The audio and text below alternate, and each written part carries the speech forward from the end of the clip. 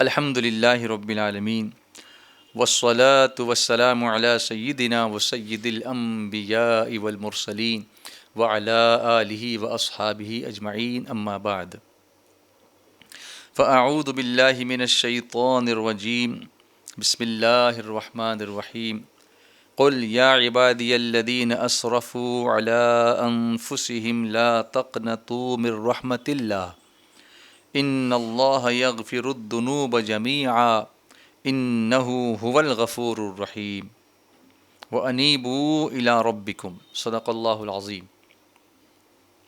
ایک بار پھر ہم درود شریف پڑھتے ہیں۔ الصلاۃ والسلام علیک یا رسول اللہ، الصلاۃ والسلام علیک یا حبیب اللہ، الصلاۃ والسلام علیک یا نبی اللہ وعلی آلک واصحابک یا نور اللہ۔ ایمان اس حلاوت کا نام ہے، حلاوت کی اس کیفیت کا نام ہے جہاں اللہ کی رحمت سے امید لگانا اور اللہ کے عذاب سے ڈرتے رہنا، ان دو حالتوں کے درمیان کی کیفیت جب کوئی بندہ حاصل کر لیتا ہے نا تو اسے ایمان کی وہ حرارت اور حلاوت محسوس ہوتی ہے، جس کے بعد پھر وہ کبھی مایوس نہیں ہوتا۔ آپ اگر حالات دیکھیں لاسٹ ایئر 2020 سے، جب حالات جتنی تیزی سے بدلے ہیں، مارچ مہینے سے لے کر، جیسے انڈیا میں 21 مارچ سے لے کر آج دیکھیے جنوری کی جو ہے وہ 30 تاریخ ہو گئی، مسلسل انسان، پوری دنیا کا انسان ایک ٹینشن کی کیفیت میں ہے۔ یو کے میں آج بھی 3rd لاک ڈاؤن کی کیفیت ہے، لوگ گھروں سے کھلے طور پر باہر نکل نہیں پا رہے ہیں۔ ایک نیا ویریئنٹ آ گیا ہے کووڈ-19 کا، اور اس کی وجہ سے بہت ساری ریسٹرکشنز ہمارے اوپر ہیں۔ ہزاروں لاکھوں لوگوں کی موت ہو چکی ہے، پوری دنیا میں فلائٹیں بند ہیں۔ اب انڈیا میں الحمدللہ دھیرے دھیرے حالات نارمل ہوتے نظر آ رہے ہیں، لیکن ابھی بھی پوری طریقے سے ہمیں غافل ہو کر کے نہیں چلنا ہے، بلکہ ہمیں پریکاشنز لیتے ہوئے، تدبیر کو اختیار کرتے ہوئے پھر اللہ کے حوالے کرنا اپنے آپ کو۔ تو یہ جو حالات بنے ہیں، اس کی وجہ سے اموات تو ہوئیں، ڈیتھس ہوئیں، لوگوں کے گھروں میں میتیں ہوئیں، اور اسی کے ساتھ ساتھ لوگ بیمار ہوئے، بہت سارے لوگ ریکور ہوئے، اور یہ اچھا ہے کہ یہاں انڈیا میں ریکوری ریٹ جو ہے وہ اب 95% کو ٹچ کر چکا ہے۔ حالانکہ جو مورٹیلٹی ریٹ ہے، ڈیتھ ریٹ ہے، وہ ابھی بھی 2.5-2.6% ہے، لیکن ریکوری ریٹ جو ہے وہ زیادہ ہے، 95% کا ریکوری ریٹ ہے، اور اس کی وجہ سے حالات جو ہے وہ حوصلہ افزا ہیں، امید افزا ہیں۔ لیکن اب یہ چیزیں سامنے آ رہی ہیں کہ یہ جو پورا پینڈیمک کا جو پیریڈ گزرا ہے، میری گفتگو پر آپ دھیان دیجیے گا، جو لوگ سامنے بیٹھے ہیں وہ دھیان رکھیں اس بات کا کہ میں کیا سمجھانا چاہتا ہوں۔ آف کورس میں اللہ کی رحمت کی بات کرنا چاہتا ہوں، لیکن کرنٹ سیناریو کو بھی میں آپ کے سامنے پیش کرنے کی کوشش کر رہا ہوں کہ کرنٹ سیناریو سے نپٹنے کے لیے ہم کو کیا کرنا چاہیے۔ مسلمان کو ہمیشہ اپنے اطراف ہونے والی چیزوں پر بھی دھیان رکھنا چاہیے، جو کرنٹ ہیپننگز ہیں وہ، اور جو دنیا میں جو کچھ ہو رہا ہے ان حالات پر بھی نگاہ رکھنی چاہیے، کیونکہ ایسی کوئی چیز نہیں ہے جس کا ذکر، جس کا حل قرآن پاک میں یا سیرت مصطفیٰ صلی اللہ علیہ وسلم میں ہم کو نہ ملے۔ اس لیے اگر حالات پہ نظر ہوگی، ظاہر سی بات ہے کہ جو ڈاکٹر جو ہوتا ہے نا، وہ ڈاکٹر بہترین وہی ہوتا ہے جو ڈائگنوس اچھی طرح سے کرتا ہو، بیماری کی جڑ میں جو پہنچے کہ بیماری ہے کیا، پھر اس کے بعد علاج کرنا تو اس کے بعد آسان ہو جاتا ہے، کیونکہ بیماری ہے کیا وہ پہلے معلوم ہونا چاہیے۔ تو ہمیں بھی حالات پر نظر رکھنی ہوتی ہے کہ صرف یہ نہیں کہ ایک وائرس آ گیا، ایک ہوا سا بن گیا اور اس کے بعد میں ساری چیزیں بند ہو گئیں، بند تو ہوئیں، لیکن ہماری سوچ بند نہیں ہونی چاہیے، ہماری فکر بند نہیں ہونی چاہیے، ہماری تھنکنگ، ہماری پازیٹیو تھنکنگ بند نہیں ہونی چاہیے۔ تو اس وقت جو حالات بنے ہیں، یعنی پوسٹ کووڈ جو حالات اس وقت، ہمارے یہاں تو پوسٹ کووڈ ہی کہیں گے ہم، کچھ ابھی کنٹریز میں ابھی بھی کووڈ کے حالات چل رہے ہیں، اللہ سب کی حفاظت فرمائے، اور ہمارے جتنے بھی دنیا میں اللہ کے بندے ہیں، اللہ سب کی حفاظت فرمائے۔ لیکن یہ دیکھا گیا ہے کہ کیا جو لوگ اس میں سے گزرے ہیں وہ بیمار ہوئے ہوں، یہ کوئی ضروری نہیں ہے۔ ان کا کوئی رشتہ دار بیمار ہو گیا ہو، یہ بھی ہو سکتا ہے وہ خود بیمار نہیں ہوئے ہوں، لیکن کسی کے والد کو ہو گیا، کسی کی ماں کو ہو گیا، کسی کے بیٹے کو ہو گیا، کسی کے انکل کو ہو گیا، کسی کے ماموں کو ہو گیا، کسی کی بہن کو ہو گیا، کسی نہ کسی کو ہوا، یا کسی کو خود کو ہوا. اس کے بعد وہ ریکور ہوئے، لیکن اس ریکور ہونے کے بعد کیا اس کے اثرات کچھ بعد میں بھی باقی رہتے ہیں یا وہ فلی طور پر ریکور ہوتے ہیں؟ تو اب میڈیکلی جو حالات سامنے آ رہے ہیں اس میں یہ ہے کہ فزیکلی بھی بہت ساری جو ہمارے وائٹل آرگنس ہیں اس پر بھی اس کا ایفیکٹ پڑ رہا ہے. لیکن ایک ڈس آرڈر اور بھی سامنے آ رہا ہے کہ nearly 20% of COVID-19 patients developed a mental health issue.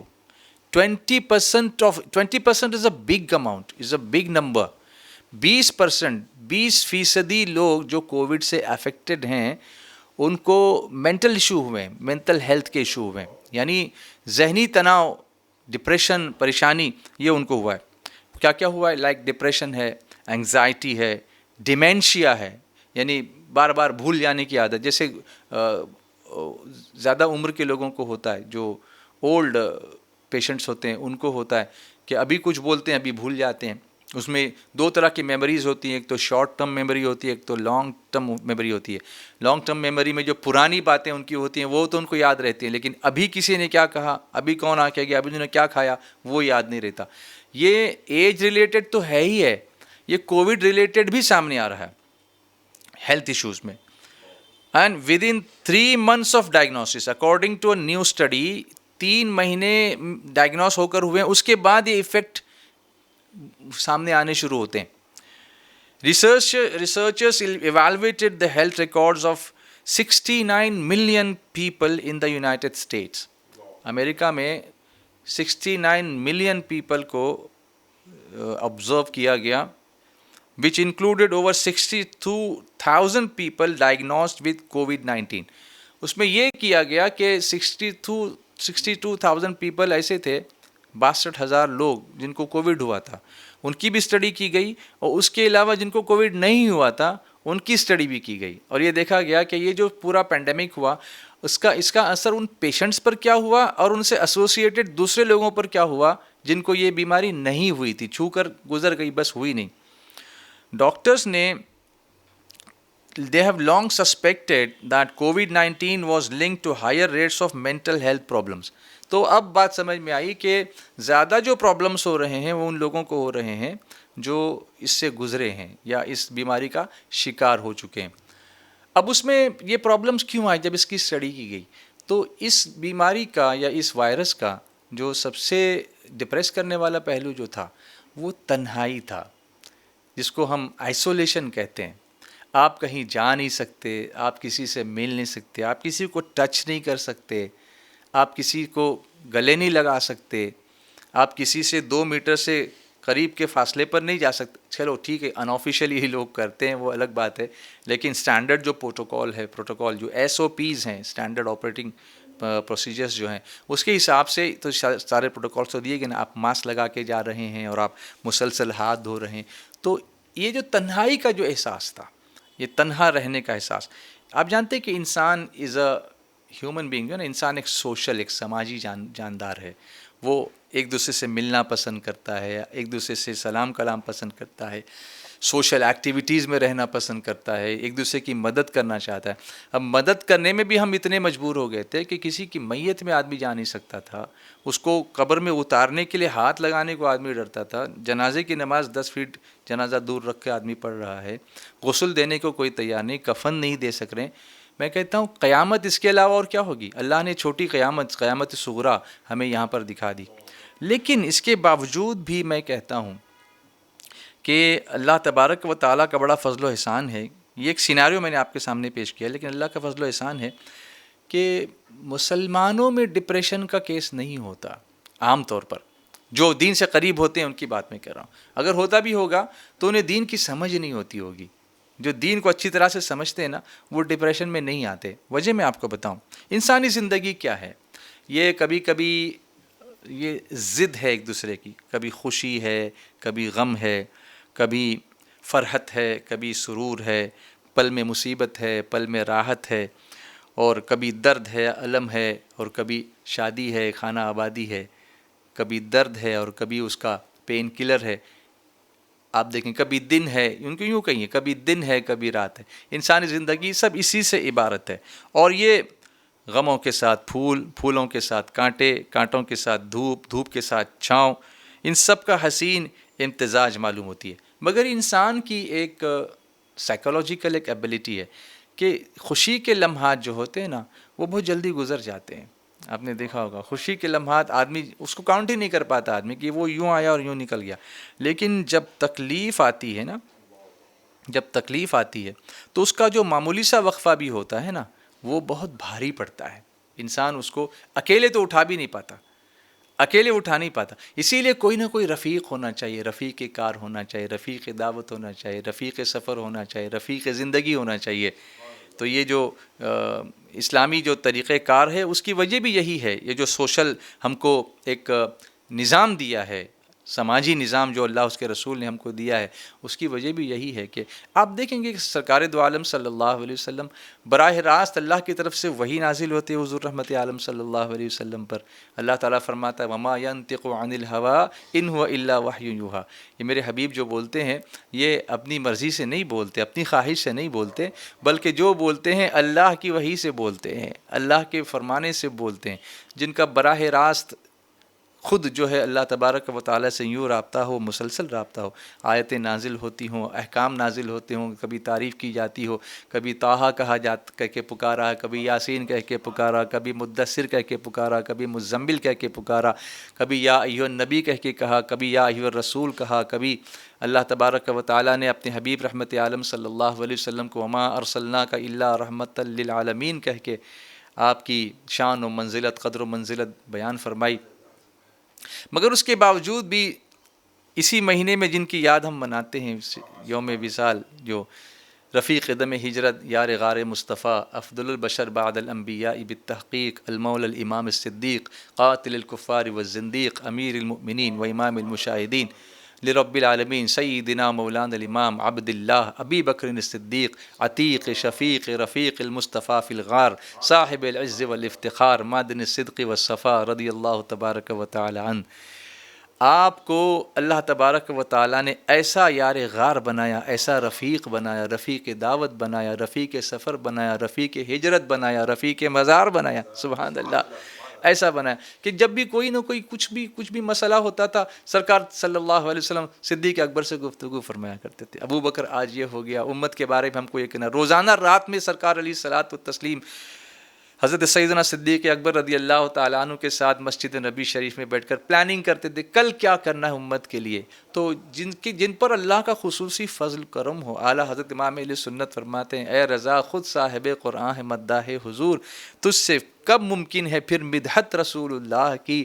اس رسول کو بھی کوئی صدیق دیا اللہ نے کہ میرے حبیب اگر کوئی تکلیف ہو، کوئی مشکل ہو تو ان کے پاس تم گفتگو کر لیا کرو. آپ دیکھیں کہ یہ نظام کیسا اللہ تبارک و تعالیٰ نے دیا ہے الحمدللہ.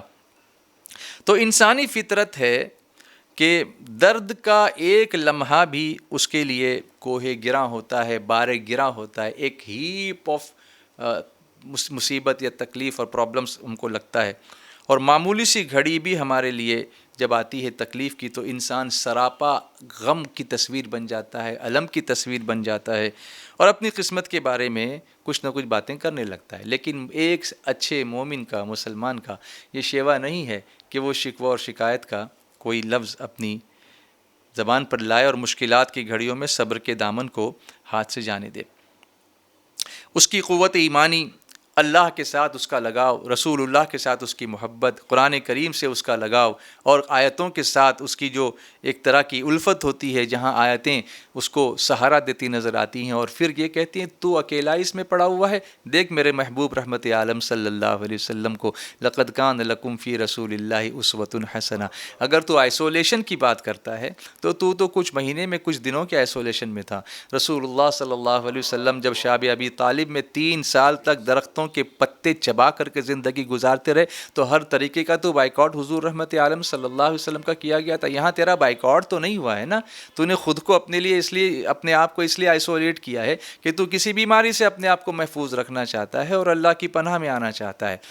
تو وہاں پر رسول کریم صلی اللہ علیہ وسلم کو کس طریقے سے آپ کو 3 سال تک جو ہے وہ وہاں تکلیفیں اٹھانی پڑیں.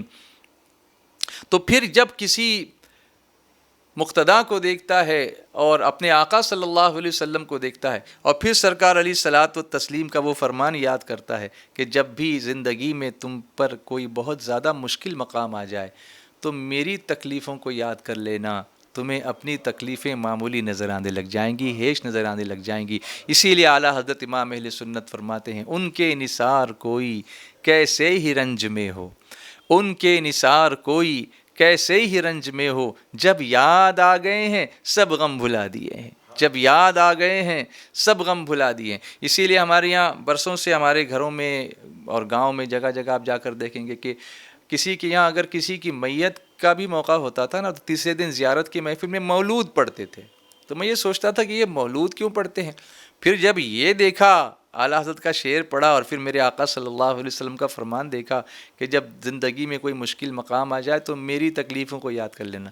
تو مولود سے مراد یہ کہ جب رسول اللہ تشریف لائے تو حالات کیا تھے، سرکار علیہ الصلاۃ والتسلیم نے کتنی تکلیفیں اٹھائیں. تو پھر ہمیں لگتا ہے کہ ہمارے سامنے جو تکلیفیں ہم پر جو پڑی ہوئی ہیں تو یہ تو کچھ بھی نہیں ہے، تو ہمیں ہمت ملتی ہے.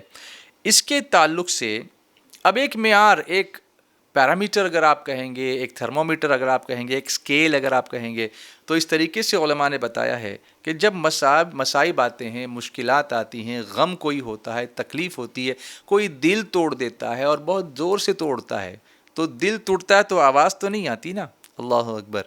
علامہ حضور مفکر اسلام علامہ قمر الزمان خان صاحب اعظمی اکثر یہ شعر اپنی تقریروں میں فرمایا کرتے ہیں کہ شیشہ ٹوٹے غل مچ جائے، دل ٹوٹے آواز نہ آئے. شیشہ ٹوٹے غل مچ جائے، دل ٹوٹے آواز نہ آئے.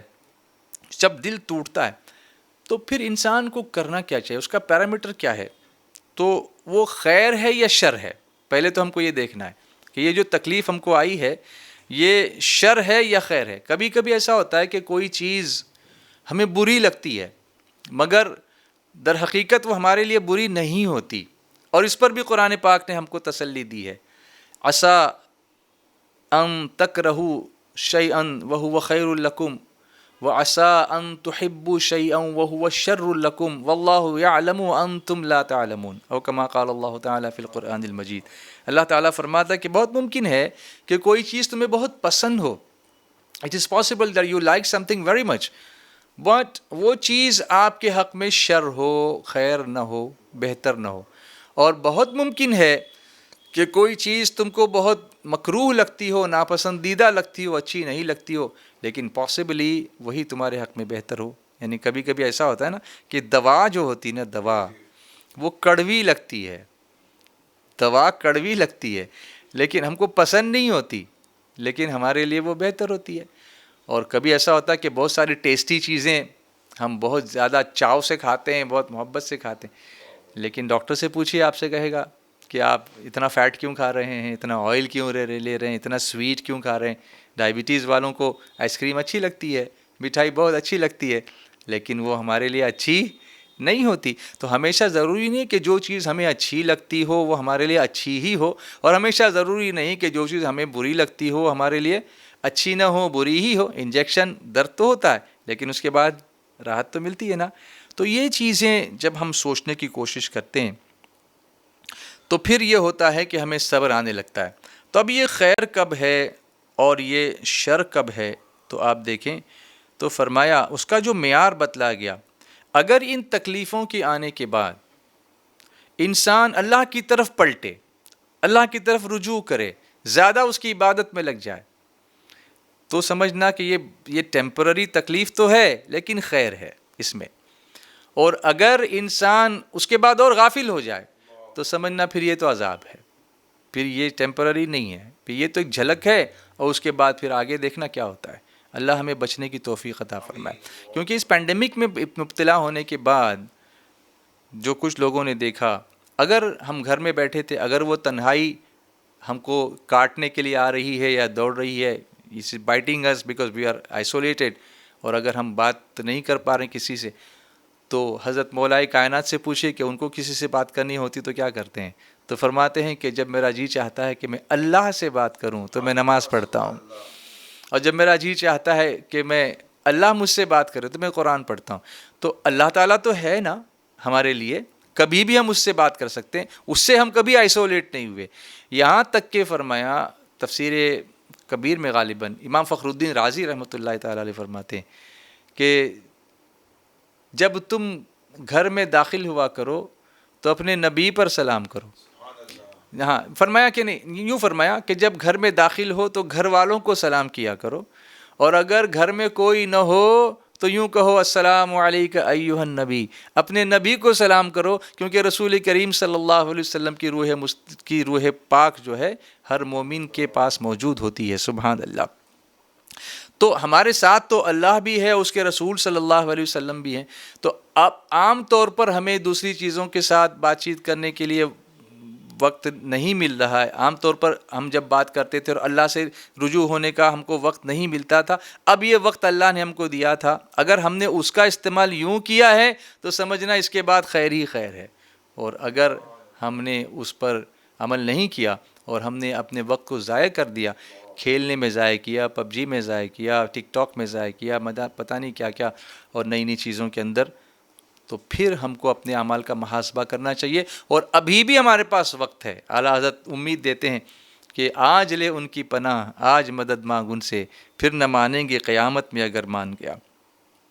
تو بہرحال اس سے چھٹکارے اور نجات کی راہ کو اپنانے کے لیے ہم کو کیا کرنا چاہیے ان تکلیفوں سے؟ تو ایک چیز جو ہے نا مومن کے لیے ہمیشہ ایک تصور اس کے سامنے پیش نظر ہونا چاہیے، وہ یہ ہے کہ یہ دنیا جو ہے نا امتحان کی جگہ ہے، جس کو کہتے ہیں دار الامتحان، دار القرار نہیں ہے یا دار البقا نہیں ہے، یہ ہمیشہ رہنے کا گھر نہیں ہے، اور یہ تو سبھی جانتے ہیں۔ ایوری بڈی نوز، جو اللہ کو مانتے ہیں وہ بھی جانتے ہیں، جو اللہ اس کے رسول کو نہیں مانتے وہ بھی جانتے ہیں کہ one day we are going to leave this world, ہمیں کسی دن ایک دن ہم کو اس گھر کو چھوڑ کر کے جانا ہے، اور آخرت جو ہے وہ دار الجزا ہے، وہاں پر بدلہ ملے گا۔ اب ایک ایگزامپل میں آپ کو دوں، ایک مزدور ہے، دن بھر کام کر رہا ہے کھیتی میں، پسینہ پسینہ ہوتا ہے، کبھی زخمی بھی ہو جاتا ہے، کبھی بیمار بھی ہو جاتا ہے، دھوپ کی شدت برداشت کرتا ہے، عمل کی محنت برداشت کرتا ہے، لیکن کس امید پر؟ شام کو مزدوری ملے گی۔ اور یہاں اس رسول نے وہ نظام دیا ہے صلی اللہ علیہ وسلم کہ مزدور کا پسینہ سوکھنے سے پہلے، خشک ہونے سے پہلے اس کو اس کی مزدوری دے دو، یہ میرے آقا صلی اللہ علیہ وسلم کا فرمان ہے۔ تو جو رسول مزدور کا پسینہ خشک ہونے سے پہلے اس کی مزدوری دینے کا حکم دیتے ہیں، تو کیا وہ اللہ سے ہمارا حق نہیں دلائیں گے قیامت کے دن؟ اور اللہ تبارک و تعالی ہمیں ہماری تکلیفوں کا اجر نہیں دے گا جن تکلیفوں پر اگر ہم نے صبر کیا ہے تو؟ اب یہاں پر جو تکلیف ہم برداشت کرتے ہیں، جیسے ہم یہ تکلیف برداشت کر رہے ہیں، بیماری کی تکلیف ہے، کسی کے انتقال کرنے کی تکلیف ہے، کیا ہم اس کے آنے سے پہلے دنیا میں تکلیف برداشت نہیں کر رہے تھے؟ I don't have time, I'm so busy, weekends پہ بھی میں کام پر ہوں، میں اوور ٹائم کر رہا ہوں، ہم کرتے ہیں نا، تب ہم کو تکلیف نہیں ہوتی، کیونکہ we want rewards, we are earning, right؟ ہم کام کر رہے ہیں تو ہم کو مل رہا ہے نا کچھ، تو اس ملنے کے لیے جب دیکھتے ہیں تو پھر اس کے بعد نیند کی بھی پرواہ نہیں ہے، بھوک کی بھی پرواہ نہیں۔ Did you eat? Did you have your lunch? No, I don't have time. دوپہر میں کھانا کھانے کا ٹائم نہیں ملا مجھے، کیوں؟ I'm working، میں کام کر رہا ہوں۔ اللہ دنیا کے کام کے لیے اتنا مصروف ہے، اور وہاں شکایت نہیں کرتا کہ مجھے ٹینشن ہے، اتنا کام ہے، وہ شکایت نہیں کرتا، جسٹ اپنے آپ کو لگا دیتا ہے۔ تو آخرت کے لیے اگر تھوڑی تکلیف اٹھائی بھی ہے تو کیا اس کا بدلہ اللہ تعالیٰ نہیں دینے والا؟ یقیناً دینے والا ہے۔ لیکن یہاں پر ایک بات بتاؤں کہ یہاں جو کچھ ریوارڈز ہم کو ملنے والے ہیں اس کی حیثیت آخرت کے ریوارڈز کے سامنے کچھ بھی نہیں ہے۔ ایک میں مومن کا ایک یقین ہونا چاہیے، اور ہے ہم سب کا، لیکن ابھی وہ فرنٹ میں نہیں آیا، ہمارے سب کانشیس میں کہیں پڑا ہوا، اس کو فرنٹ پہ لانے کی ضرورت ہے۔ When we take it front, when bring it front, سامنے جب ہم لائیں گے تو ہماری شکایتوں کے دفتر بند ہو جائیں گے کہ ہم کو یہ تکلیف ہوئی، ہم کو وہ تکلیف ہوئی۔ سنو، اصل معاملہ یہ ہے کہ اللہ کا دستور قرآن پاک میں یا اس دنیا میں اللہ تبارک و تعالیٰ کا یہ ہے، اس دنیا میں یہ ہے کہ جس قدر اللہ کا جو مقرب اور محبوب بندہ ہوتا ہے نا، جو قریب ہوتا ہے اللہ سے، اسے دنیا میں اس قدر زیادہ پریشانیوں سے بھڑنا پڑتا ہے، دوچار ہونا پڑتا ہے. اور اسی لیے حدیث شریف میں مومن کے لیے دنیا کو قید خانہ قرار دیا گیا ہے کہ قید خانے میں یا اگر آپ پریزن میں ہوں تو پریزن میں آپ کو کوئی ایمینٹیز تو نہیں ہوتی، آپ کو کوئی سہولتیں تو نہیں دی جاتی، آپ کو بس سروائیول کے لیے جتنا چاہیے اتنا ہی دیا جاتا ہے کہ آپ کا اب مرے نہ یا آپ بیمار ہو کے تکلیف میں نہ پڑیں، بس اتنی آپ کو دوا ملے گی اور آپ کو سونے کے لیے ایک بستر ملے گا، پینے کے لیے پانی ملے گا، اس سے زیادہ آپ کو تو پریزن میں کچھ ملتا نہیں ہے. تو جب دنیا قید خانہ ہے، اسی لیے کہا نا کسی نے کہ کون کہتا ہے مومن مر گئے قید سے چھوٹے وہ اپنے گھر گئے. کون کہتا ہے مومن مر گئے قید سے چھوٹے وہ اپنے مر گئے. اسی لیے حدیث پاک کو اگر اب ہم مطالعہ کرتے ہیں، ابھی مجھے اللہ کی رحمت کی طرف آنا ہے، میں ذرا لانگ روٹ سے آپ کو لے کر کے چل رہا ہوں، اسی لیے مجھے امید ہے کہ آپ ضرور صبر کریں گے. تو مصیبتوں کو پازیٹیو کیسے لیا جائے؟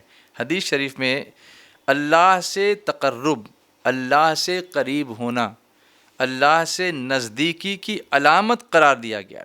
اسی لیے حضرت سعد رضی اللہ تعالیٰ عنہ سے روایت ہے کہ نبی کریم صلی اللہ علیہ وآلہ وسلم سے پوچھا گیا کہ مصیبتوں میں اور شدتوں میں، مصائب اور شدائد میں، in troubles and calamities type of things, سب سے زیادہ کون پڑتا ہے؟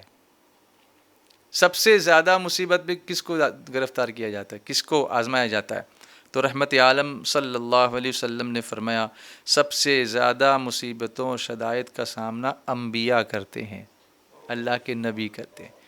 اور ایک جگہ تو حضور رحمت عالم صلی اللہ علیہ وسلم نے یہ فرمایا کہ ہر نبی کو ستایا گیا، اس میں سب سے زیادہ مجھے ستایا گیا. اللہ اکبر. آپ غور کریں. پھر اس کے بعد درجہ بدرجہ، گریڈ بائی گریڈ دوسرے لوگ. آدمی کو اس کی دینداری کے لحاظ سے آزمایا جاتا ہے. اگر وہ دین میں سخت ہوتا ہے، مضبوط ہوتا ہے، تو اس کی آزمائش بھی مضبوط ہوتی ہے. اگر وہ دین میں سخت ہوگا تو اس کی آزمائش بھی ٹف ہوگی. ایک ایگزامپل دیتا ہوں. ہمارے یہاں ابھی جو پیٹرن چل رہا ہے، ایجوکیشن کا سسٹم چل رہا ہے، اسٹینڈرڈ 8 تک، کلاس 8 تک ایگزام ہی نہیں ہے نا، سب جا رہے ہیں، تو اتنی سختی نہیں ہے. لیکن جیسے ایس ایس سی بورڈ آتا ہے، تب آپ کو ایس ایس سی بورڈ کا سرٹیفکیٹ چاہیے نا، then you have to study, تو وہ امتحان زیادہ ٹف ہے. پھر آپ ایچ ایس سی جاتے ہیں، ہائر سیکنڈری، تو یو ہیو ٹو اسٹڈی مور، وہاں پر آپ کا امتحان اور ٹف ہوتا ہے. اس کے بعد آپ کو میڈیسن میں آپ کو ایڈمیشن لینا، نیٹ دینا ہے، یا پھر آپ کو جے ای ای دینا ہے، یا آپ کو کیٹ کا ایگزام دینا ہے، تو پھر وہ ایگزام اتنا ایزی نہیں ہوتا. یا اگر آپ کو آئی اے ایس کرنا ہے، ایم پی ایس سی کرنا ہے، تو میں نے جب کلاسز لی تھیں تو جب گفتگو کی تھی آئی اے ایس کرنے والے آفیسر سے، انہوں نے کہا 24 آورس میں مسلسل 16 hours they use to study. کیوں؟ ایگزام جتنا ٹف ہوگا، جتنا زیادہ مرتبہ چاہیے نا، ویسا آپ کو ایگزام دینا ہے. ایم بی بی ایس کرنا ہے، then you have to study. M D کرنا ہے، ایم ایس کرنا ہے، یو ہیو ٹو اسٹڈی. تو دنیا میں آپ کر رہے ہیں کیونکہ آپ کو وہ مرتبہ چاہیے، تو آخرت کے لیے کیوں نہیں؟ آخرت کے لیے جب کوئی تکلیف آتی ہے تو کہیں نہیں ہم سے نہیں ہوتا، یہ تو مصیبت آ گئی. ایسا کیوں ہوتا ہے؟ تو دین میں سخت ہوتا ہے تو آزمائش بھی اس کی سخت ہوتی ہے، اور اگر دین میں وہ اتنا مضبوط نہیں ہوتا تو اس کی آزمائش بھی ہلکی سی ہوتی ہے. اور آدمی پر مصیبتوں کا سلسلہ، اب پازیٹیو سائڈ دیکھیے آپ، آدمی پر مصیبتوں کا سلسلہ اس وقت تک چلتا رہتا ہے جب تک کہ اس کے سارے گناہوں سے وہ پاک نہیں کر دیا جاتا. اب آپ مجھے بتائیے اچھا ہے کہ برا ہے؟ یہ ڈالا جاتا ہے، اگر بھٹی میں سے تپایا جاتا ہے ہم کو، تو اس لیے نا کہ اللہ چاہتا ہے اس کے حبیب صلی اللہ علیہ وسلم کے صدقے اور طفیل کہ ہم جب اس کے پاس جائیں تو وہ گناہوں کا جو میل ہے نا اس کو صاف کر کے جائے یہاں سے. تو اس طریقے سے اللہ تعالی ہم کو پاک کرتا ہے. رحمت عالم صلی اللہ علیہ وسلم ارشاد فرماتے ہیں کہ بڑا بدلہ بڑی آزمائش کے ساتھ ہوتا ہے. جیسا کہ دنیا میں مثال سے میں نے آپ کو سمجھا کہ بڑے مرتبے چاہیے تو پھر بڑی آزمائش سے گزرنا پڑے گا آپ کو. اللہ تعالیٰ جس قوم کو بہت چاہتا ہے اسے آزمائش میں مبتلا کرتا ہے. جو شخص اس آزمائش پر اللہ سے راضی رہتا ہے اللہ بھی اس سے راضی ہوتا ہے. جو ناراض رہتا ہے اللہ تعالیٰ بھی اس سے ناراض ہو جاتا ہے. اب آپ دیکھیے کبھی کبھی ایسا ہوتا ہے کہ سرکار علیہ الصلوۃ والتسلیم نے ارشاد فرمایا مرد مومن کو جو بھی دکھ درد، جو بھی بیماری اور پریشانی، جو بھی رنج و غم، جو بھی اذیت اور تکلیف پہنچتی ہے، یہاں تک کہ معمولی سی چیز ایک کانٹا بھی اگر اس کو چبھتا ہے تو اس کے بدلے میں بھی اللہ تبارک و تعالی اس کے گناہوں کو معاف فرما دیتا ہے۔ تو بتاؤ یہ تکلیف ہوئی یا یہ راحت ہوئی؟ کانٹا یوں سمجھو انجیکشن ہے، انجیکشن لیا درد دور ہو گیا، اللہ نے ہم کو تکلیفوں کا انجیکشن دیا اور اس کے بدلے ہمارے گناہ معاف فرما دیے۔ دوسری روایت میں ہے کہ بندے مومن کو جو بھی کانٹے وغیرہ کی تکلیف پہنچتی ہے، ابھی ایک معمولی چیز بتانے کے لیے کانٹے کا اگزامپل دیا گیا، ورنہ پھر کتنے لوگوں کے کانٹے ہوتے ہیں، کسی کی باتوں کے کانٹے، کسی کے تانوں کے کانٹے، کسی کی گالیوں کے کانٹے، کسی کے قرضہ ادا نہ کرنے کے کانٹے، اور کسی کا کیا بہت کچھ ہوتا ہے، بہت کچھ ہوتا ہے۔ تو فرمایا کانٹے کی تکلیف بھی اگر کسی کو پہنچتی ہے تو اس کے بدلے اللہ تعالیٰ اس کے گناہوں کو اس طرح جھاڑ دیتا ہے جیسے سوکھا درخت اپنے پتوں کو جھاڑتا ہے، جیسے سوکھے ہوئے درخت سے اس کے پتے گرتے ہیں ایسے، اور اس کے گناہ اللہ تبارک و تعالیٰ جھاڑ دیتا ہے، اور پھر مرنے کے بعد وہ اپنے رب سے، اپنے اللہ سے اس حال میں ملتا ہے کہ اس کے بدن پر ایک بھی گناہ باقی نہیں رہتا۔ اب آپ مجھے بتائیے یہ تکلیفیں ہمارے لیے راحت کا سامان ہیں یا نہیں ہے؟ کبھی کبھی یہ بھی ہوتا ہے، یہ تو عام انسان کی بات ہوئی، عام مسلمان کی بات ہوئی، اب ذرا سراج بھائی دھیان سے سننا، اور فہد بھائی آپ بھی ذرا دھیان سے سننا۔ فرماتے ہیں کہ کبھی ایک بندہ مومن آخرت کے اعتبار سے کسی مرتبے پر ہوتا ہے، کسی ایک سٹیٹس پر ہوتا ہے، اور اپنی صحت مند زندگی، آرام طلب زندگی اللہ تعالیٰ اس کو مرتبہ دینا چاہتا ہے، مگر وہ اس کی طرف اتنی کوشش نہیں کر پاتا ہے۔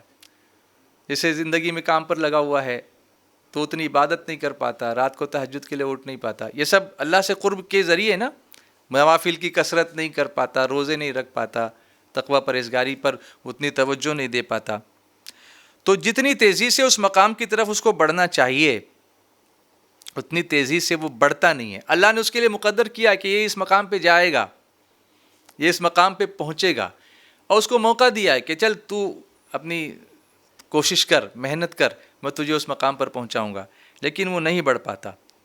تو پھر اللہ تعالیٰ اس کو جو دینے کا جو مقام طے کیا ہوا، جو اس کے لیے ڈیسٹائنڈ ہوتا ہے، اس مقام کو دینے کا راستہ اس طرح فرماتا ہے کہ اس پر مصیبتوں کا بوجھ ڈال دیتا ہے، اس پر مصیبتیں، اس پر حوادث، اس پر تکلیفیں، اندیشہ ہے زمانہ، غم، ان سب میں اس کو مبتلا کرتا ہے، اور اس طرح سے جب اس پر صبر کرتا ہے تو اللہ اس تیزی کے ساتھ اس صبر کی وجہ سے اس کے بدلے میں اسے اس مقام پہ پہنچا دیتا ہے۔ آپ سوچو کہ جو کچھ بھی ہوتا ہے اللہ کی طرف سے اور ہماری بھلائی کے لیے ہی ہوتا ہے وہ۔ اسی کو رسول اللہ صلی اللہ علیہ وسلم نے یوں فرمایا، جب بندہ اللہ تعالیٰ کے یہاں ایک مرتبے کا حامل ہوتا ہے جسے وہ اپنے عمل کے ذریعے حاصل نہیں کر سکتا، تو اللہ تبارک و تعالیٰ اس کی جان یا اس کی مال یا اس کی اولاد کسی نہ کسی کو مصیبت میں مبتلا کرتا ہے، پھر اسے ان مصیبتوں پر صبر کی توفیق دیتا ہے، پھر من جانب اللہ اس کے طے شدہ مقام پر اللہ اس کو وہاں پر پہنچا دیتا ہے۔ مشکوٰۃ شریف میں یہ حدیث موجود ہے۔ اسی لیے ایک حدیث شریف اور بھی ہے کہ جس روز قیامت کے دن مصیبتیں برداشت کرنے والوں کو جب نعمتیں دی جا رہی ہوں گی نا، جب نعمتیں دی جا رہی ہوں گی، ثواب دیا جا رہا ہوگا، اس روز جو لوگ ان مصیبتوں سے نہیں گزرے ہوں گے، اہل عافیت جو ہوں گے، وہ یہ چاہیں گے کہ کاش ان کے جسم کی کھال دنیا میں کینچیوں سے کاٹی جاتی، ان کی کھال ادھیڑ دی جاتی اور ان کو یہ مرتبے آج دیے جاتے، کیونکہ دنیا میں آرام کیا تھا، اب یہ مرتبے نہیں مل رہے ہیں۔ اللہ اکبر۔ اللہ تعالیٰ ارشاد فرماتا ہے، میری عزت و جلال کی قسم، جس شخص کی میں مغفرت اور بخشش کا ارادہ کرتا ہوں تو اس کے جسم کو بیماری میں ڈال کر اور اس کی روزی کو تنگ کر کے اس کی ہر غلطی اور گناہ کو مٹا دیتا ہوں۔ یہ بھی حدیث شریف مشکوٰۃ شریف میں موجود ہے۔ آج ہر اس قسم کی حالت سے ہم گزر رہے ہیں، کئی لوگوں کے روزگار نکل گئے، کئی لوگوں کو اپنے گاؤں واپس جانا پڑا. خود میرے اسکول کے کتنے پیرنٹس ہیں، بچوں کے پیرنٹس ہیں، نہیں یہاں پر نظر آ رہے ہیں، ہم ان کو فون پر ٹریس نہیں کر پا رہے ہیں کہ وہ کہاں چلے گئے. وجہ یہ ہے کہ یہاں ان کا روزگار جو چلتا تھا، ممبئی بند ہو گئی تھی، لوکل ٹرین جو ان کا ایک پلس ہے جس کی وجہ سے ہماری پوری بمبئی کی لائف جو ہے وہ چلتی. اب لوکل ٹرین ریسٹور ہو رہی ہے، اور گورنمنٹ نے جو اقدامات کیے تھے وہ لوگوں کی بھلائی کو دیکھتے ہوئے ہی کیے تھے، لیکن سب اس کو برداشت نہیں کر سکے نا، تو کہیں نہ کہیں ادھر جانا پڑا، کہیں ادھر جانا پڑا. اب وہ کیسے صبر کریں؟ تو یہ باتیں انہیں صبر کا سلیقہ دیتی ہوئی نظر آتی ہیں. اگر دین کی طرف بڑھیں گے، اللہ کی طرف بڑھیں گے، اس کے رسول صلی اللہ علیہ وسلم کی حیات پاک کو دیکھیں گے، تو پھر تکلیف محسوس نہیں ہوگی، بلکہ اس میں بھی راحت محسوس کرتے ہوئے نظر آئیں گے. جیسے اگزامپل کے طور پہ میں آپ کو سمجھاؤں دنیاوی اعتبار سے. ایک پیشنٹ ہے، بیمار ہے، ڈاکٹر نے اس کو ایک کورس دیا ہوا ہے ٹیبلٹس کا، وہ ٹیبلٹس کھاتا ہے مگر وہ ریکور نہیں ہو رہا ہے فاسٹ. اب ڈاکٹر کہتے ہیں کہ نہیں، اب آپ کو آپریشن کے بغیر کام نہیں ہوگا، اب سرجری تو کرنی پڑے گی. تو سرجری کی وجہ سے تکلیف تو ہوگی، کچھ بے ہوش بھی کرنا پڑے گا، کاٹنا پڑے گا، ٹانکے لگانے پڑیں گے، اندر سے سب کلین کرنا پڑے گا، اس کے بعد پوسٹ آپریٹیو کیئر کرنی پڑے گی، آئی سی یو میں رکھنا پڑے گا، گیس پہ لگانا پڑے گا، آکسیجن لگانا، سب کچھ ہے، لیکن ریکوری فاسٹ ہوگی. ڈاکٹر کہتا ہے کہ یہ ٹیبلٹ کھاتے رہو گے کئی برس نکل جائیں گے، اور یہاں 5 دن میں آپ کو میں جو اللہ کے فضل سے جو ہے میں آپ کو یہاں کھڑا کر دوں گا، 5ویں دن آپ گھر چلے جاؤ گے. تو اسی طریقے سے مشکلات میں مبتلا کر کے اللہ تعالیٰ ان مقامات پر پہنچاتا ہے جو انسان بندہ اپنی محنتوں کے ذریعے سے حاصل نہیں کر سکتا. پھر وہ شخص کیا کرے جو اپنے گناہوں کی بخشش کرانا چاہتا ہو، بہت زیادہ گناہ ہو گئے، اس کی وجہ سے بھی کبھی کبھی آدمی کو جب ریئلائز ہوتا ہے تو وہ ڈپریس ہوتا ہے کہ کیا اب مجھے معاف کر دیا جائے گا. تو قرآن کریم کی بہت ساری آیتیں ایسی ہیں جو ہم کو امید دلاتی ہیں. پھر امید کی بات آئی، سبحان اللہ، ہمیں امید دلاتی ہیں.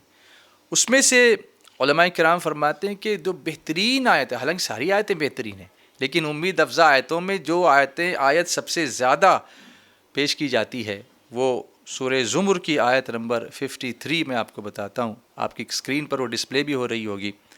اعوذ باللہ من الشیطان الرجیم، بسم اللہ الرحمن الرحیم.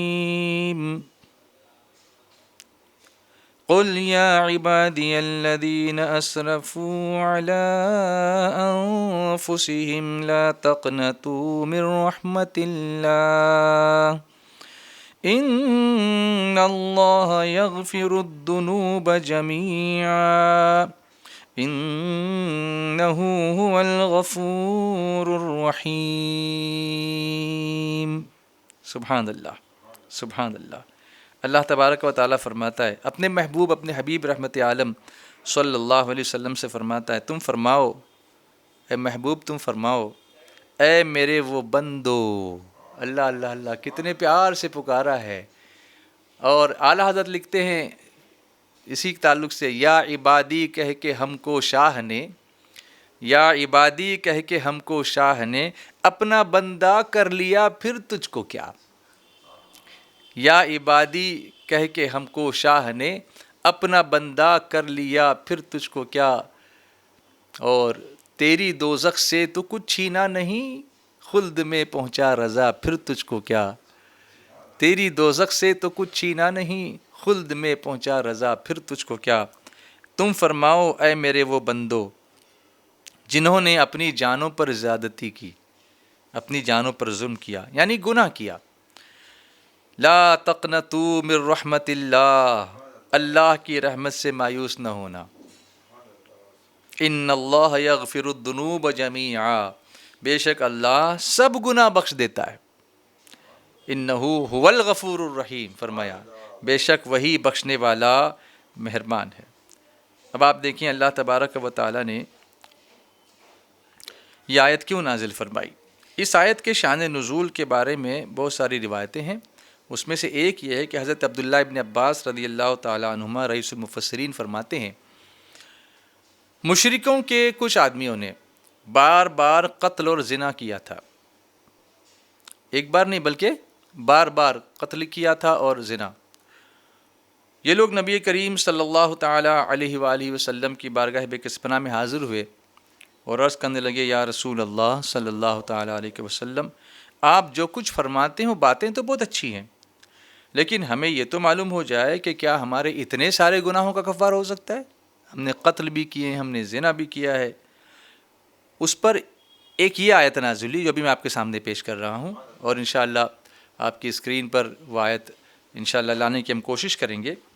اعوذ باللہ من الشیطان الرجیم والذین لا يدعون مع اللہ الہا آخر ولا يقتلون النفس التي حرم اللہ الا بالحق ولا يزنون۔ سورہ فرقان کی آیت نمبر 68 ہے۔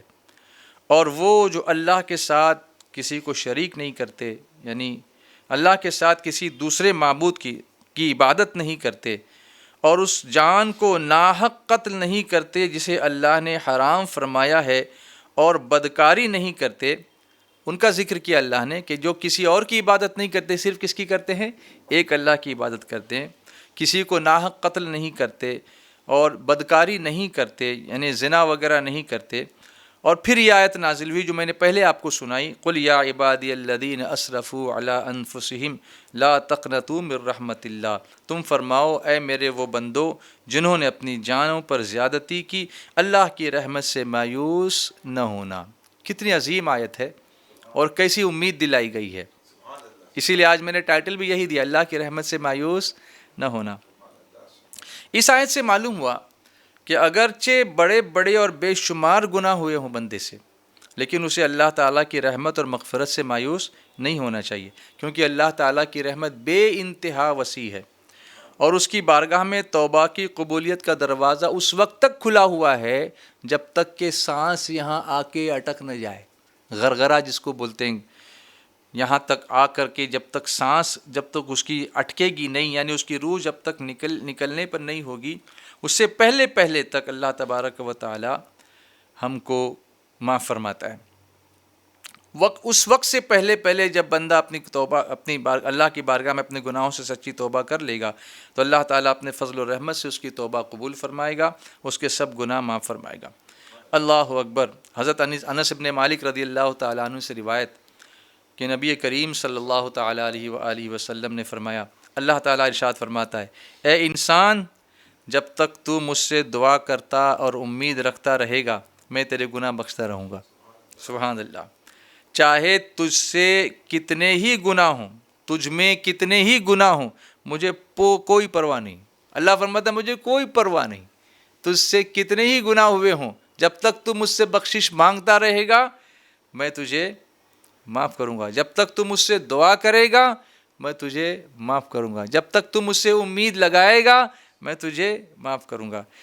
اور آگے سنو کیا فرمایا، اے انسان، اگر تیرے گناہ، ترمذی شریف میں حدیث موجود ہے، اگر تیرے گناہ آسمان تک پہنچ جائیں پھر تو بخشش مانگے تو میں بخش دوں گا، مجھے کوئی پرواہ نہیں۔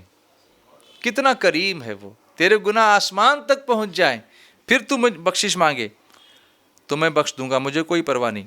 پھر آگے فرمایا، اے انسان، اگر تو زمین بھر گناہ بھی میرے پاس لے کر آ جائے لیکن اگر تو نے شرک نہیں کیا تو میں تمہیں اس کے برابر بخش دوں گا۔ سبحان اللہ۔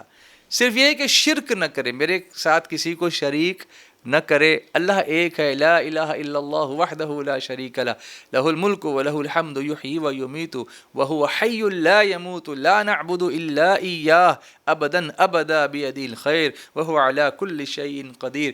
اسی لیے تو میرے آقا صلی اللہ علیہ وسلم نے فرمایا عرفات کے میدان میں کہ عرفات کے میدان میں نے اور مجھ سے پہلے انبیاء نے جو سب سے بہترین دعا پڑھی تھی وہ یہی کلمہ توحید ہے، لا الہ الا اللہ وحدہ لا شریک لہ، لہ الملک ولہ الحمد یحیی ویمیت بیدہ الخیر وہو علی کل شیء قدیر۔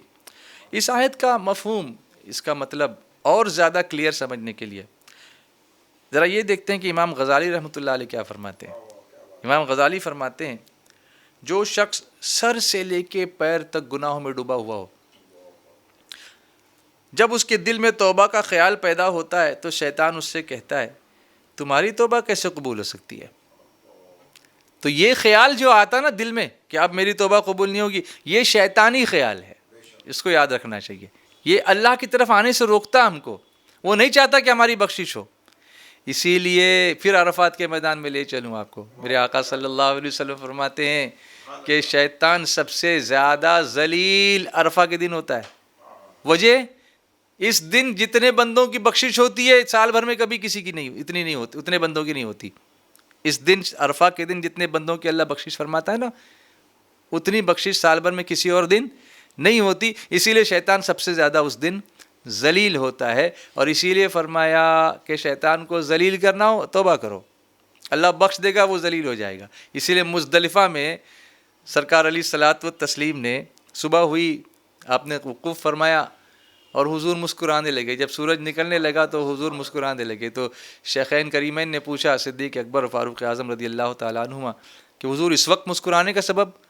تو فرمایا کل میں نے اللہ کی بارگاہ میں ایک دعا کی تھی کہ اللہ حقوق العباد بھی تو معاف فرما دے، بندوں کے حق بھی معاف فرما دے، تو نے میرے اپنے حق تو معاف فرما دیے، محبوب یہ بندوں کے حق کیسے معاف کروں گا جب تک بندہ معاف نہیں کرتا؟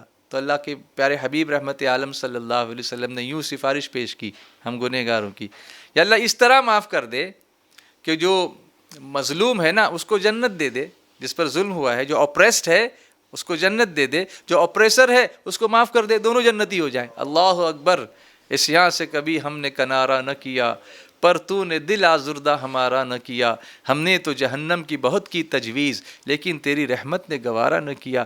تو وہ تجویز مزدلفہ کے دن سرکار صلی اللہ علیہ وسلم کو خوشخبری دی اللہ تعالیٰ نے کہ محبوب تمہاری وہ دعا میں نے آج قبول کر لی۔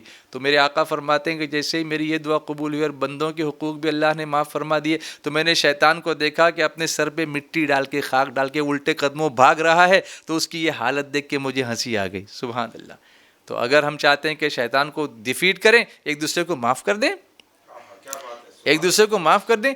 کیا لے کے جائیں گے دنیا میں، دنیا سے ایک دوسرے کی اگر لے کر جائیں گے بھی، تو معاف کرنے میں جو مزہ ہے نا وہ بدلہ لینے میں نہیں ہے۔ سب سے بڑھ کر معاف کرنے والے تو میرے آقا صلی اللہ علیہ وسلم، اور پھر اللہ کتنا بڑا، وہ تو قادر مطلق ہے، پھر بھی معاف کرتا ہے۔ اور ہم اسی لیے تو اس سے کہتے ہیں شب قدر میں سب سے بہترین دعا کرتے ہوئے اللہم انک عفو تحب العفو فاعف عنی، اے اللہ بے شک تو معاف کرتا ہے، معافی کو پسند کرتا ہے، تو مجھے معاف فرما دے۔ تو اس کی اسی صفت کا ہم واسطہ اس کو دیتے ہیں نا کہ اللہ تو معاف بھی کرتا ہے، معافی کو پسند بھی کرتا ہے، تو مجھے معاف فرما دے۔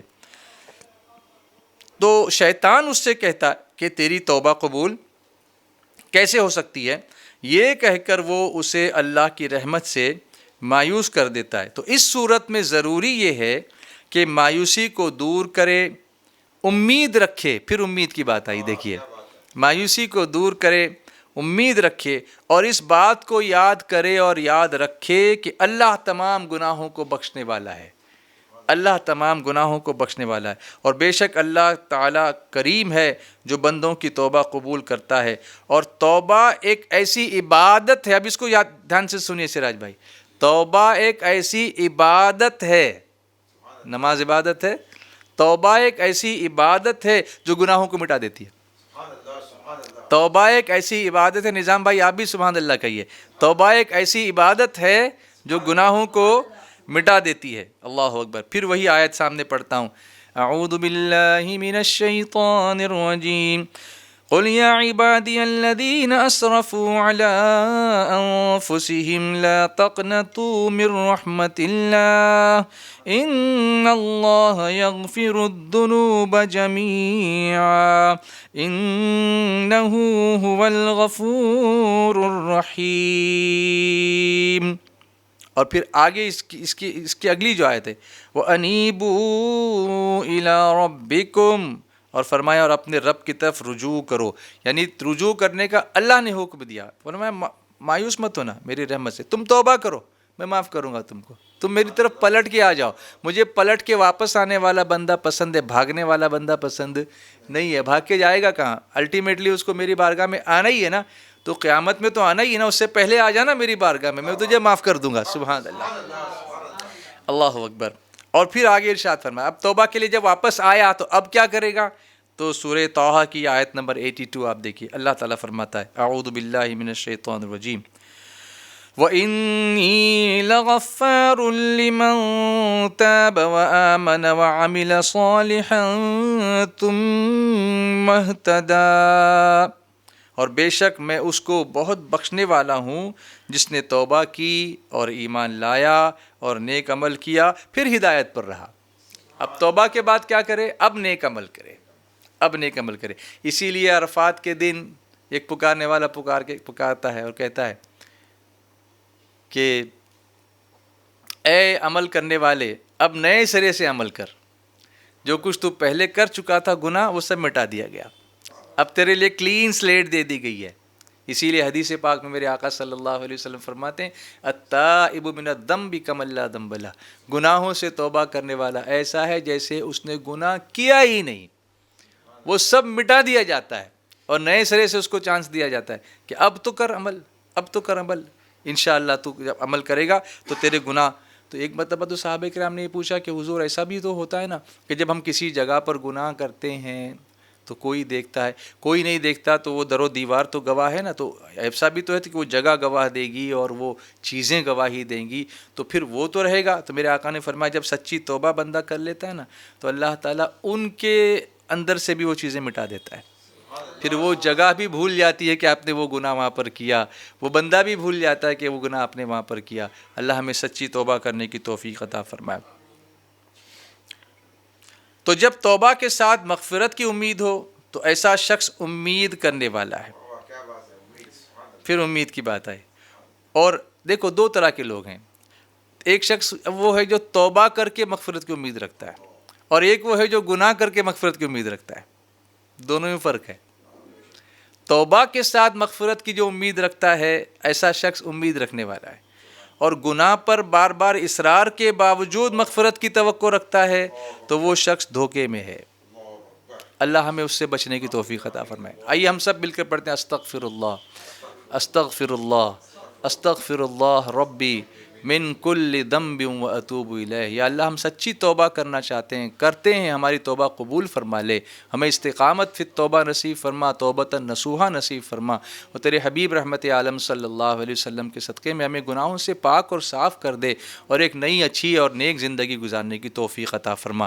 وصلی اللہ تعالی علی سیدنا محمد وعلی آلہ واصحابہ اجمعین۔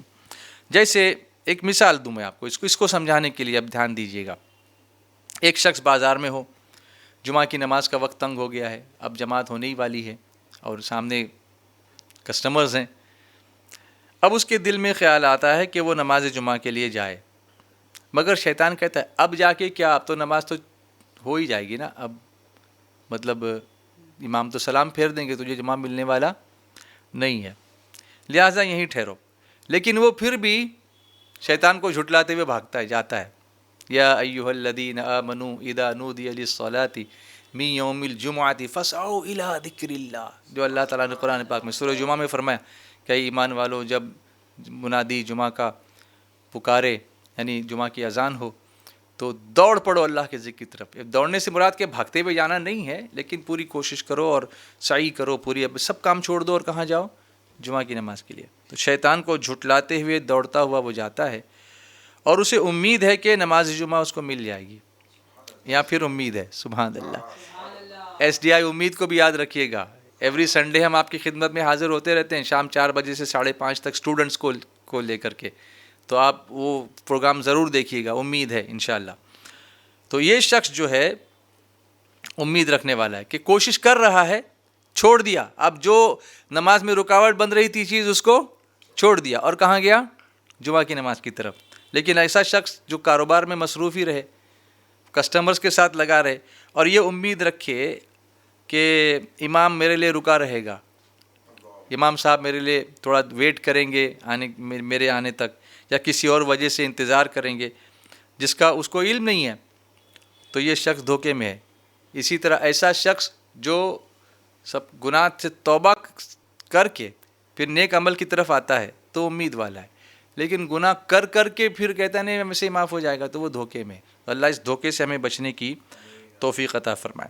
تو کسی بھی حال میں، اب یہ جو آیت میں نے آپ کو بتائی، تو مشرکین نے یہ جو ایمان لانا چاہتے تھے تو انہوں نے یہ کہا کہ ہم سے تو بہت بڑے بڑے گناہ ہوئے ہیں تو کیا ہماری بخشش ہو جائے گی؟ تو اللہ نے فرمایا کہ اللہ کی رحمت سے مایوس مت ہونا، اپنی جان پر زیادتی کی ہے تو تم توبہ کر لو، معاف کر دوں گا، تم ایمان لے آؤ، معاف کر دوں گا۔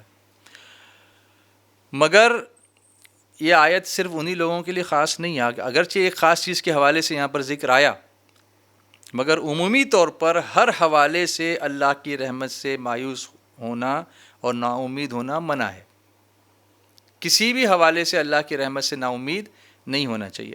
لہذا ہر شخص کو چاہیے کہ وہ زندگی میں آنے والی مشکلات، مصیبتوں، دشواریوں کی وجہ سے اللہ کی رحمت سے مایوس نہ ہو، نا امید نہ ہو، کیونکہ یہ طریقہ کس کا ہے؟ یہ کفار کا طریقہ ہے اور بہت گمراہوں کا طریقہ ہے اور کبیرہ گناہ ہے۔ نا امیدی کبیرہ گناہ ہے۔ سورہ یوسف کی آیت میں آپ کے سامنے پیش کرتا ہوں، آیت نمبر 87، اعوذ باللہ من الشیطان الرجیم، وَلَا تَيْأَسُوا مِن رَّوْحِ اللَّهِ إِنَّهُ لَا يَيْأَسُ مِن رَّوْحِ اللَّهِ إِلَّا الْقَوْمُ الْكَافِرُونَ۔ اور اللہ کی رحمت سے مایوس نہ ہو۔ عام طور پہ لوگ کہتے ہیں کہ ایک ہی جگہ قرآن پاک میں کہ اللہ کی رحمت سے مایوس نہ ہو، ایسا نہیں ہے، اور بھی جگہوں پر آیا، اور اللہ کی رحمت سے مایوس نہ ہو۔ بے شک اللہ کی رحمت سے کافر لوگ ہی نا امید ہوتے ہیں، مومن کبھی نا امید نہیں ہوتا۔ اور دوسری جگہ پر سورہ ہجر کی آیت، حضرت ابراہیم علیہ السلام کا جو قول ہے، اللہ تعالیٰ قرآن پاک میں بیان فرماتا ہے، اعوذ باللہ من الشیطان الرجیم، وَمَن يَقْنَطُ مِن رَّحْمَتِ رَبِّهِ إِلَّا الضَّالُّونَ۔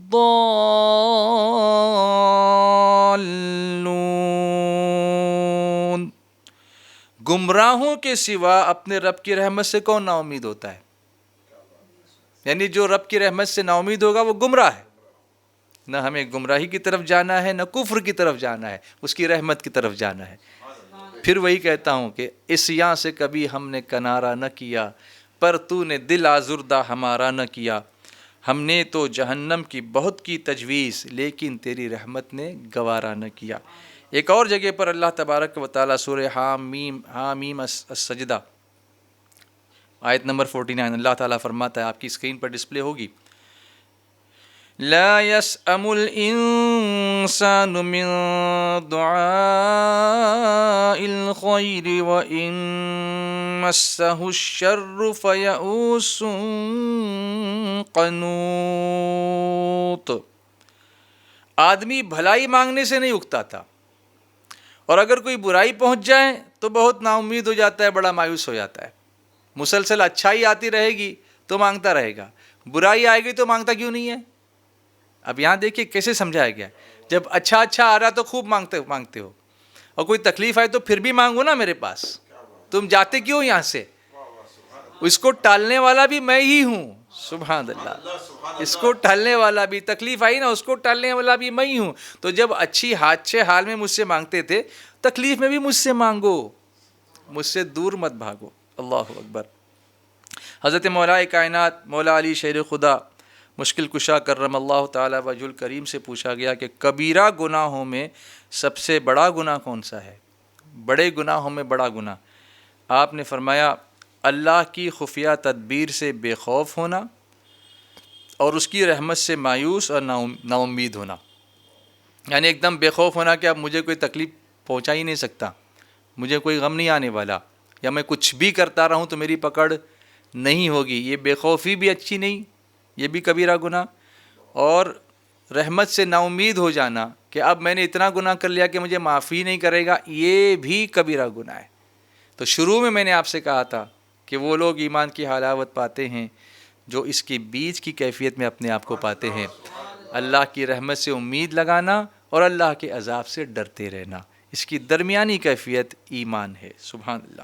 حضرت عبداللہ ابن مسعود رضی اللہ تعالیٰ عنہ فرماتے ہیں، دو باتوں میں ہلاکت ہے، ایک مایوسی اور دوسری خود پسندی، کہ جو میں کروں گا بس وہی، اور مایوس ہونا یعنی اب میں کسی کے پاس جاؤں گا ہی نہیں، اللہ کی طرف پلٹوں گا ہی نہیں، مایوسی، دو باتوں میں ہلاکت ہے۔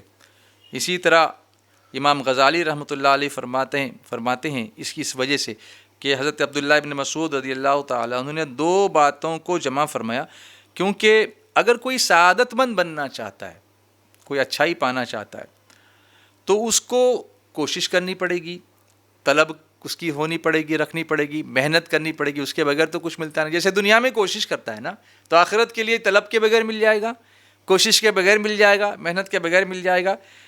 تو یہ کوشش کے بغیر ناممکن ہے، محنت کے بغیر ناممکن ہے. اس سے پہلے طلب ہونی چاہیے، نیت ہونی چاہیے کہ مجھے کرنا ہے. تو مایوس آدمی جو ہوتا ہے نہ وہ کوشش کرتا ہے نہ اس کو طلب ہوتی ہے.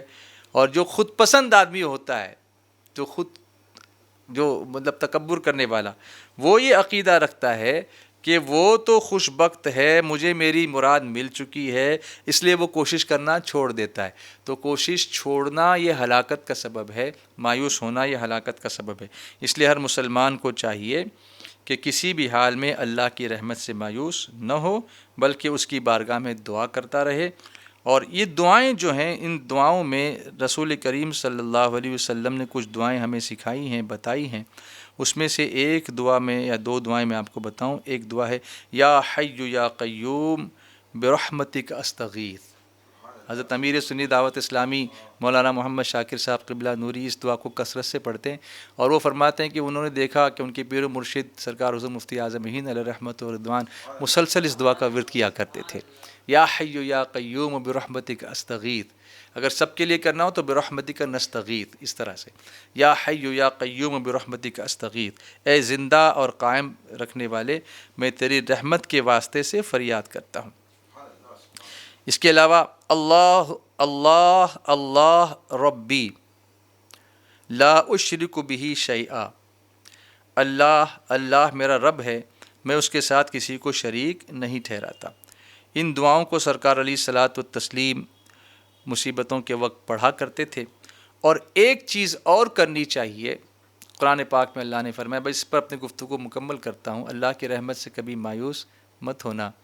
اللہ نے فرمایا یا ایھا الذین آمنوا اتقوا اللہ وکونوا مع الصادقین. اے ایمان والو، اللہ سے ڈرو اور سچوں کے ساتھ ہو جاؤ. تو مشکلوں میں یہ بہت اچھا ہے کہ ہم نیک لوگوں سے مشورہ کیا کریں، نیکوں کے ساتھ، ان کے ساتھ جا کے بیٹھیں، ان کے سامنے رکھیں.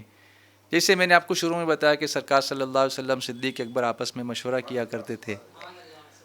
تو ہمیں اچھوں کے ساتھ بیٹھنا چاہیے، اللہ والوں کے ساتھ صحبت اختیار کرنی چاہیے، ان سے اپنی باتیں شیئر کرنی چاہیے، ان کو بتانا چاہیے. اور پھر اس کے بعد حل نکلتا ہے الحمدللہ. اسپیک اپ، بات کیجئے، اسپیک اپ، اندر ہی اندر گھٹتے مت رہیے. اور اگر بات کسی اور سے نہیں کر سکتے نا، رات کو اٹھیے اپنے رب سے بات کیجئے، لیکن کیجئے اس وقت جب سب سو رہے ہوتے ہوں. اس کی شان تو یہ ہے نا کہ لا تأخذہ سنۃ ولا نوم، نہ اسے نیند آتی ہے نہ اونگ آتی ہے. اللہ ہمیں اپنی رحمت کی امید دلائے رکھے، ہمارے گناہوں کو معاف کرے، کبیرہ صغیرہ جانے انجانے میں، جان بوجھ کر ہوئے انجانے میں، اللہ ہم سب کو تو معاف فرما.